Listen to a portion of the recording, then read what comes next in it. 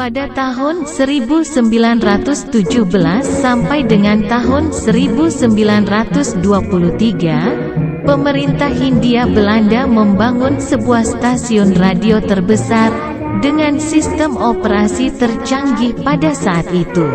Bahkan saking modernnya, stasiun pemancar yang dirancang oleh insinyur elektro kenamaan lulusan Jerman bernama Dr. Insinyur Cornelis Johannes de Groot itu sempat diperhitungkan dan masuk ke dalam sejarah perkembangan radio dunia karena menjadi penghubung komunikasi antara Indonesia dengan Belanda sejauh 12.000 km.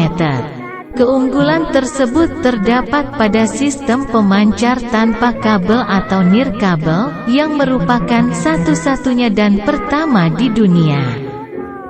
Hal ini dikarenakan menggunakan sistem peluncur listrik untuk mengangkat gelombang sebesar 750 volt dan daya 1 mA. Dari situ, gelombang radio ribuan kilowatt bisa terbangun, bahkan tanpa kabel, sehingga tidak terganggu kegiatan Perang Dunia Pertama pada zamannya. Stasiun Radio Malabar adalah sebuah transmisi radio VLF di Malabar, Indonesia, untuk jaringan radio ke Belanda. Radio ini menggunakan salah satu alat transmisi paling kuat yang pernah dibuat, yang memiliki kekuatan 2400 kW. Stasiun Radio Malabar menggunakan jaringan yang dibentangkan antara dua gunung sebagai antena, yaitu Gunung Puntang dan Gunung Haruman. Berawal dari keinginan untuk menghubungkan Belanda dengan Hindia Belanda secara nirkabel, dan juga didorong oleh situasi Perang Dunia ke-1 yang tidak memungkinkan ketersediaan kabel serta rentan secara teknis dan politis, maka dipilihlah koneksi gelombang panjang untuk menghubungkan kedua negara tersebut. Willem Smith & Co. Transformatoren Fabrik memasok kumparan besar dan beberapa trafo, sementara generator dipasok oleh Smith Slickerveer.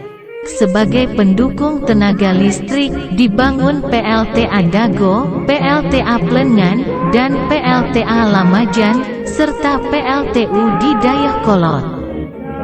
Antena dibentangkan sepanjang 2 km antara Gunung Puntang dan Gunung Haruman untuk memancarkan gelombang radio.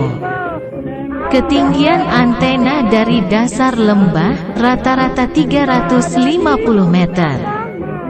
Antena dibangun mengarah ke Belanda yang berjarak 12.000 km dari Gunung Puntang. Stasiun Radio Malabar diresmikan oleh Gubernur Jenderal de Valk pada tanggal 5 Mei tahun 1923.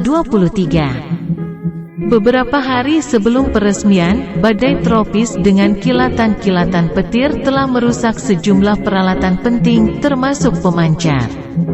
Hal ini membuat peresmian terancam diundur. Namun ternyata peresmian tetap dilakukan dengan cara mengirim pesan telegraf radio kepada Ratu Belanda dan Menteri Urusan Koloni, namun tidak ada jawaban dari stasiun di Belanda. Baru pada tanggal 6 Mei tahun 1923 malam, pemancar dapat berfungsi dengan baik. Pesan pertama yang dikirimkan dari Belanda adalah dari kantor berita Aneta.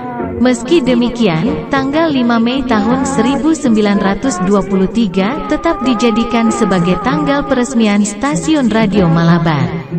Sebagai penunjang komunikasi pada saat itu, di sekitar lokasi Stasiun Radio Malabar, turut dibangun komplek perumahan dengan fasilitas lengkap untuk para pegawai di sana. Beberapa fasilitas tersebut diantaranya kolam renang, fasilitas olahraga, hingga gedung bioskop untuk tempat hiburan. Pada saat Jepang masuk ke Indonesia, tentara Jepang berhasil menggapai Stasiun Radio Malabar. Saat jatuh ke tangan bangsa Jepang, Radio Malabar tidak berfungsi sama sekali. Kini, The Groot dan pemancar Radio Malabar hanya tinggal cerita. Stasiun Radio Malabar yang megah itu hancur lebur seiring meletusnya peristiwa Bandung Lautan Api pada tanggal 24 Maret tahun 1946.